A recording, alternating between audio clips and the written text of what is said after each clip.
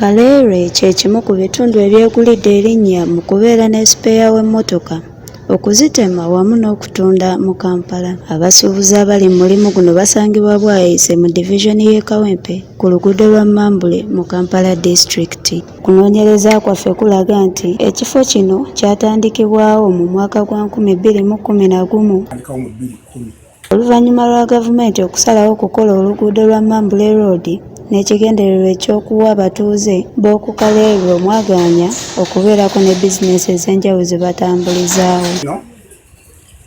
Twakitandika gye buvuddeko oluvannyuma lwa gavumenti okutuyisizaamu oluguudo luno, abantu ne balabawo omukisa oba ne tulabawo omukisa gw'okubeera nti tusobola okukulaakulanirawo n'okuyambako ku bantu abali ku nguudo mu bifo eby'enjawulo. Ne tusalawo tutandika ekifo kino. Bano baasalawo okukolerawo bizinesi ey'engoye gye balaba nga tejja kukola n'oluvannyuma ne basalawo bateekewo bizinesi ey'okutunda emmotoka era nga kati ekulungudde emyaka 10 n'omusobyo. Naye mu kusookera ddala twalowooza nti tutandike n'abantu abatunda engoye, emmere nga bwolaba akatale Kaleerwe oba buli obutale obulala.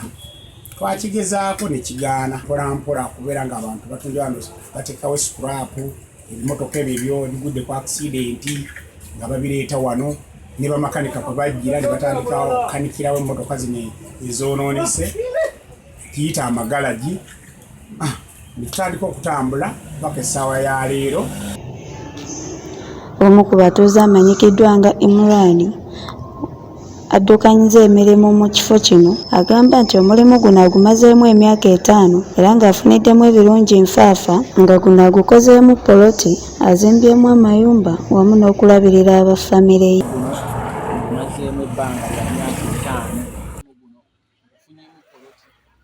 Yadde omulimu guno agufuniddemu ebirungi bingi, ono agamba gulinamu ebizibu, gamba ng'abaana abasukulapu bababbako ebyuma anti bisula wabweru tebalina gye babisoza. N'okusomozebwa kungi nti ebyuma byaffe tubikuumira wabweru ate tulina obuzibu bw'abaana ba sikulapu olw'ekifo kye tulimu.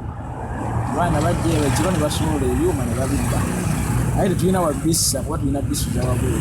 Ono era agasseeko nti bafuna ebizibu by'amazzi ng'enkuba bw'etonnya, amazzi gye ganjala ne goonoona ebyuma by'emmotoka wamu n'emmotoka zennyini ssaako n'obufunda bw'ekifo. Enkuba bw'etonnya ekifo kino kikyamu nnyo kyebwayise kuba wano nga bw'olabawo yali ntobazi ne bakafuula akatale ka sipeeya w'emmotoka. Twesanga nga enkuba bw'etonnya tewaba kukola. Tolina yadde owosobola okusumulira ekyuma, tolina yadde owosobola okukanikira emmotoka. Kyeyamaani w'ekifo kino omwami Abudala Ssennono atutegeezezza nti omulimu guno agumazeemu emyaka 10 era ekimu ku birungi byagufunyeemu kwe kubeera ng'akoze erinnya mu bantu b'abaddukanya emirimu egyo wamu n'okumanyika buli wamu. Era w'enjogera twakamalawo emyaka egisoba 12. Abakulembeze tukoze amannya, abantu bangi batumanyi, kozi waliwo abantu bangi abatuyitiddeko. Nze ne baganda bange tukulembera ekifo kino nti bantu bangi abatuyitiddeko nga bwe nti abantu bazadde baleeta abaana ne babateekawo. Kulembeze kubeera nti tukoze emikwano, bantu bangi batumanyi.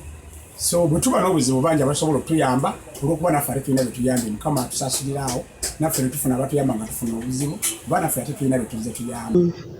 Wano wasinzidde n'atutegeeza nti ekifo kye bakoleramu kifunda ate nga bafuna abayizi abapya enkya n'eggulo. Ono era n'agattako nti n'embeera ya COVID-19 yabanyigiriza nnyo olwa lockdown nga baali tebakola olw'emmotoka ezaali zitatambula nga zitudde waka ng'ate bwe balina ozikanika nga ze balina okukanika tebaziraba, ekyabaviirako n'okulya kapitolo. Wali twakosebwa COVID ng'abasuubuzi oba abakozi mu mulimu guno, twakosebwa nnyo COVID. Yatukosa kuba kye kirwadde ekyajja Mungu n'akireeta nga teri amanyi. In fact kyakosa ensi yonna, naye kati ate ffe wano abantu bamufuna mpola kyatuyisa bubi. Abantu abasinga baali balinawo kapito bwabwe nga bwagwawo, sente bwabulya nga bali mu gundi.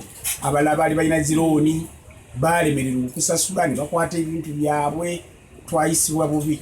Naye kati abantu bagenze ate baddamu okugenda nga n'abakulembeze bwe tubayambako okubeera nga tuba kansolinga abantu abamu kuba zaayo mu zibbanka olaba nga tubabeererawo mu mbeera ey'okubeera nti banka tuziwandiikira tuzisaba zibawa akasente baddemu ate bakole. Ebifo bye tukoleramu bino kati bifunze ate nga abantu bangi bakyajja okuva mu bifo ebyenjawulo. Abaana balemereddwa okusoma, abazadde bwajjanga nti kamutwale wali ku Mambule road asobole okubeera nga naye mwana wange ayiyizaawo. Kakati ate abaana babaleeta n'amuteeka wano nga talina kyamuleese nakyo. Okiraba bulungi kati ngaffe abakulembeze kituwadde okusomoozebwa okwenjawulo nti omuntu amuleeta, omwana amuleeta tamanyi kyagenda kulya yina agandi nze omwana kasita yamaze P7 sirina sente zigenda kuddamu muweerera. Omwana wuyo bakulembeze mumufunire bamakanika abeeraawo. Kakati omwana talina byuma, talina sipaana, talina kyagenda kulya. Kale ebyokusula olumu babaleeta n'agamba nti ojja kusula ewa muganda wo. Oluusi ab'enganda zaabwe baba nabo mu kibuga wano. Naye ebyo mbabuulidde ebikozesebwa n'okulya n'okukola kikati abaana abamu weesanga nga batufuukira omugugu naye nga tulina kyakukola bannayuganda bannaffe. Wano omukulu ono wasinzidde n'alaajanira gavumenti nti ebayambe nabe bawe ku ssente z'emyoga olwo bizinensi zaabwe zisobole okutambula obulungi. Okulaba nti ne gavumenti oba oli awo eyinza okubaako engeri gyetuyambamu okujja wano abantu bano nebasindikamu kasente tuwulira gundi zitambula emyoga na biki ebirala byonna nabyo tubirinda bwe binaaba bituuse tunabyaniriza naye nga awo tukyalo. Namugenyi Winnie, MRA TV.